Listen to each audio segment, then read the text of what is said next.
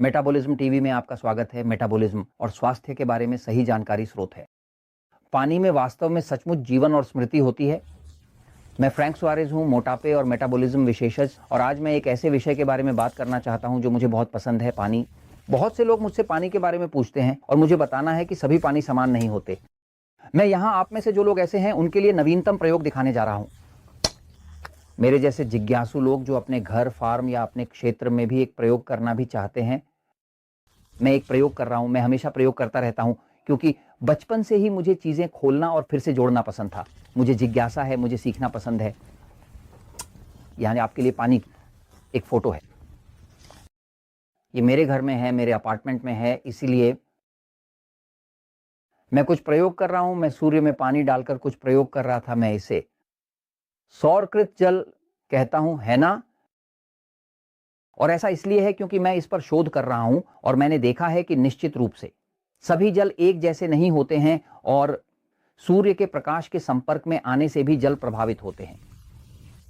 यह ध्यान देने योग्य है कि और झरने का पानी, हालांकि यह सच है कि नल से निकाले गए पानी के बिल्कुल समान नहीं है। जो आप नल से निकालते हैं, जिसे हम नल की पाइपलाइन कहते हैं, यह अलग है। मैं एक पल बोर्ड पर जा रहा हूं, समझ सकूं, है ना? इस मामले में यह सॉलिड पानी है। लेकिन मैं अभी बताऊं कि अगर आप इसे अनुभव करना चाहते हैं तो आप इसे कैसे आजमा सकते हैं। एक पल बोर्ड पर जा रहा हूं, ध्यान। मैंने पानी के विषय पर बहुत समय तक अध्ययन किया क्योंकि यह पता चला है कि मानव शरीर का अनुमान है कि यह कम से कम 65% पानी है। यह न्यूनतम। कुछ विशेषज्ञ ये कहते हैं कि 90% से अधिक पानी है, लेकिन न्यूनतम 65% है, यानी 2/3 पानी। इसी तरह से कि पृथ्वी के 2/3 हिस्से पर पानी है, तो शरीर का भी न्यूनतम 2/3 हिस्सा पानी है। इसलिए जब हम मेटाबॉलिज्म की बात करते हैं तो हम हमेशा इस पर जोर देते हैं, चाहे वह किताब द पावर ऑफ मेटाबॉलिज्म में हो या डायबिटीज विदाउट प्रॉब्लम्स में, हम पानी पीने के महत्व पर जोर देते हैं। अब फव्वारे से पानी पीना और नदी का पानी पीना एक समान नहीं है। झरने का पानी और आसूत का पानी, ये सभी पानी अलग अलग हैं। क्यों? क्योंकि ये पहले ही पता चल चुका है कि पानी में जीवन है। याददाश्त होता। यदि आप पानी और उसके जीवन तथा उसकी स्मृति के बारे में बहुत कुछ जानना हो तो आपको देखना चाहिए प्रसिद्ध डॉक्टर जेरार्ड पोलक की किताबें।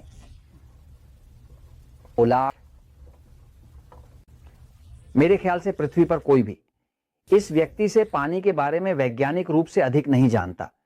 जेरार्ड पोलक एक अध्यापक, वह वॉशिंगटन विश्वविद्यालय वैज्ञानिक प्रोफेसर हैं। उनके पास पानी पर कई प्रकाशित पुस्तकें हैं और वह पानी के आणविक स्तर पर बात करेंगे, परमाणु स्तर पर, इसकी विशेषताओं के स्तर पर, इसके जीवन और इसकी स्मृति के स्तर पर और इसकी ऊर्जा के स्तर पर। जब आप ये सीखते हैं तो अचानक आपको एहसास होता है, जैसे मुझे हुआ, कि मैं कुछ नहीं जानता। कुछ नहीं, मैंने खोजा, मैं कुछ नहीं जानता। क्योंकि जब मैंने डॉक्टर पोलक के पानी पर सभी अध्ययन और जानकारी पढ़ा तो पाया फ्रैंक सुआरेज को पानी के बारे में कुछ नहीं पता था। कम से कम पानी के बारे में मुझे कुछ नहीं पता था जब तक मैंने डॉक्टर पोलक की जानकारी नहीं पढ़ी। अब पानी में जीवन है क्योंकि पानी ऊर्जा रखता है। यह पोलक के उन खोजों में से एक है जिसे अन्य विज्ञानों द्वारा पुष्टि की गई है। उदाहरण के लिए, जब आप एक गिलास पानी लेते हैं और उसे धूप में रखते हैं तो वह पानी सूरज की ऊर्जा से चार्ज होने लगता है। फोटोन, जो कि उसमें मौजूद रोशनी है, पानी को भी बदल देते हैं। जल स्वयं ही एक संदेशवाहक पदार्थ जो रोशनी ले जाता है। यह साबित किया जा चुका है कि जब आप एक गिलास पानी लेते हैं, आप उसे धूप में रखते हैं 2-3 घंटे और वह गिलास पानी, जब आप इसे एक अंधेरे कमरे में रखते हैं तो वहां कुछ विशेष कैमरे होते हैं जो वहां हैं, कुछ ऐसा जो आप नहीं देख सकते, लेकिन कैमरा उसे भी देख सकता है। और वह गिलास लगभग 3 साल तक रह सकता है और अंधेरे में रोशनी देता रहता है। हालांकि आप एक ऐसा पानी लेते हैं जिसे इतनी धूप नहीं मिली है और वह रोशनी देता है, लेकिन धीरे धीरे वह बुझने लगता है। तो निश्चित रूप से पानी ऊर्जा के भंडारण का एक माध्यम है। फोटोनों, रोशनी, ऊर्जा के बारे में इसी कारण यह एक जैसा नहीं है।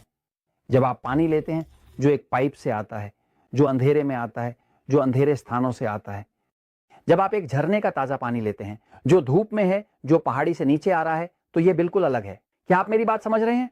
तो जब कोई पूरी तरह से स्वास्थ्य चाहता है या समस्याओं से बचना चाहता है तो वह कोशिश करता है कि जो पानी वह पीने जा रहा है उसकी गुणवत्ता जितनी संभव हो उतनी प्राकृतिक हो, जितना कम मानव द्वारा संसाधित किया गया हो। मेरे लिए आदर्श रूप से मेरा पसंदीदा पानी झरने का पानी है। वह पानी जो झरनों से आता है उसमें एक क्षारीय मूल्य होता है क्योंकि इसमें बहुत सारा बाइकार्बोनेट, मैग्नीशियम, पोटेशियम, कैल्शियम और सब कुछ प्राकृतिक होता है। और वह पानी स्वाभाविक रूप से क्षारीय है, लेकिन यह एक ऐसा पानी है जो रोशनी से भरा हुआ है, यह ऊर्जा से भरी हुई है, इसमें जीवन है। उदाहरण के लिए अगर आप अपने घर में वही प्रयोग करना चाहते हैं जो मैंने पानी को सूरज में रखने का किया था, उसमें पानी डालते हैं 2 या 3 घंटे धूप में, इसे पीने पर आप निम्नलिखित चीजों को जानेंगे। यदि आप सौरकृत जल पिएंगे तो आपको 2 बातें नजर आएंगी। तो एक ये है कि अगर आप देखेंगे तो आप देखेंगे कि वह पानी अधिक गाढ़ा हो गया है। गाढ़ा मतलब जब वह सभी फोटोनों की ऊर्जा से भरा होता है तो वह जेली जैसा हो जाता है। आप इसे करेंगे। दूसरी चीज जो आप नोट करेंगे, यह स्वादिष्ट है। सूरज में रखा हुआ पानी स्वादिष्ट होता है। यह बिल्कुल भी उस पानी के समान नहीं है जो बस बोतल से आता है। नहीं, उदाहरण के लिए मैं खनिज पानी, झरने का पानी लेता हूं, उसे सूरज में रखता हूं और वह पानी स्वादिष्ट हो जाता है। और एक तीसरी चीज है जो आप नोट करेंगे, वह यह है कि वह पानी आपको बहुत ऊर्जा देता है। पानी सूरज में रखा गया, लेकिन आप वही गलती मत कीजिए जैसे मैंने रात में पीने की थी, क्योंकि अगर आप वह पानी पीते हैं जो 3 या 4 घंटे धूप में रखकर रात में पीते हैं, आप सो नहीं पाएंगे क्योंकि शरीर उस सारी ऊर्जा से उत्तेजित हो जाता है और जैसे सारी रोशनी अंदर चली जाती है। यह प्रयोग करें। मेरे पास ऐसे लोग हैं जो दूसरे देशों में बहुत बीमार हैं, कोस्टा रिका और अन्य जगहों पर। मुझसे पूछा कि मैं कैसे ठीक होता हूं। मैंने उन्हें एक चीज सुझाई, अपना सूरज का पानी बनाएं, लेकिन इसे सुबह पीजिए और इसे धूप में रखें। यह शरीर में ऊर्जा भरने का सही समय है। शाम तक शरीर सोने के लिए तैयार हो जाता है। यह शरीर उत्तेजित करने नहीं, न सौरित पानी देने, न ऐसा कुछ। तो पानी में जीवन भी है और यह स्मृति रखता है। यह याद रखें कि उसने कितनी ऊर्जा ली है। यह पर्यावरण को याद करता है। यदि एक अंधेरा वातावरण है तो वह पानी अंधकार लाता है। यदि एक स्पष्ट वातावरण है तो वह स्पष्टता लाता है। मूलतः यदि आप स्वास्थ्य चाहते हैं तो अपने पानी पर ध्यान दें। समझें कि पानी जीवित है, जो स्मृति रखता है। और जितनी अधिक गुणवत्ता का पानी आप पीते हैं, मेरे लिए आदर्श यह है कि यह झरने का पानी हो। मेरे लिए झरने के पानी जैसा कोई पानी नहीं है। डिस्टिल्ड पानी से बेहतर, दरअसल डिस्टिल्ड पानी किसी के लिए भी अच्छा नहीं है, चाहे कोई भी क्यों ना कहे। वह डिस्टिल्ड पानी एक मृत पानी है। पानी में अपने प्राकृतिक खनिज होने चाहिए और इसे सूरज से चार्ज किया जाना चाहिए। और सबसे अच्छा पानी जो आप इस्तेमाल कर सकते हैं वह एक सब्जी के जूस का पानी है। एक सब्जी का जूस, सब्जियों के जूस, ये चमत्कारी हैं। और वे चमत्कारी क्यों हैं? क्योंकि वह पानी जिसमें सब्जी का जूस होता है, सूरज से चार्ज होता है और पोषक तत्वों से भरा होता है। जो पानी आप सब्जी के जूस से निकालते हैं वह वास्तव में नल के पानी से अलग है। सब्जियों के जूस का पानी चमत्कारी है। इसलिए मैंने ऐसे लोगों को देखा है जो कैंसर से भी जूझ रहे हैं, सब्जियों के जूस से कैंसर को रोकने में सफलता पाई है। मेरे लिए वह पानी जो वास्तव में ऐसा होता है वह अद्भुत है। और मैं ये आपसे इसलिए कह रहा हूं क्योंकि सच हमेशा जीतता है।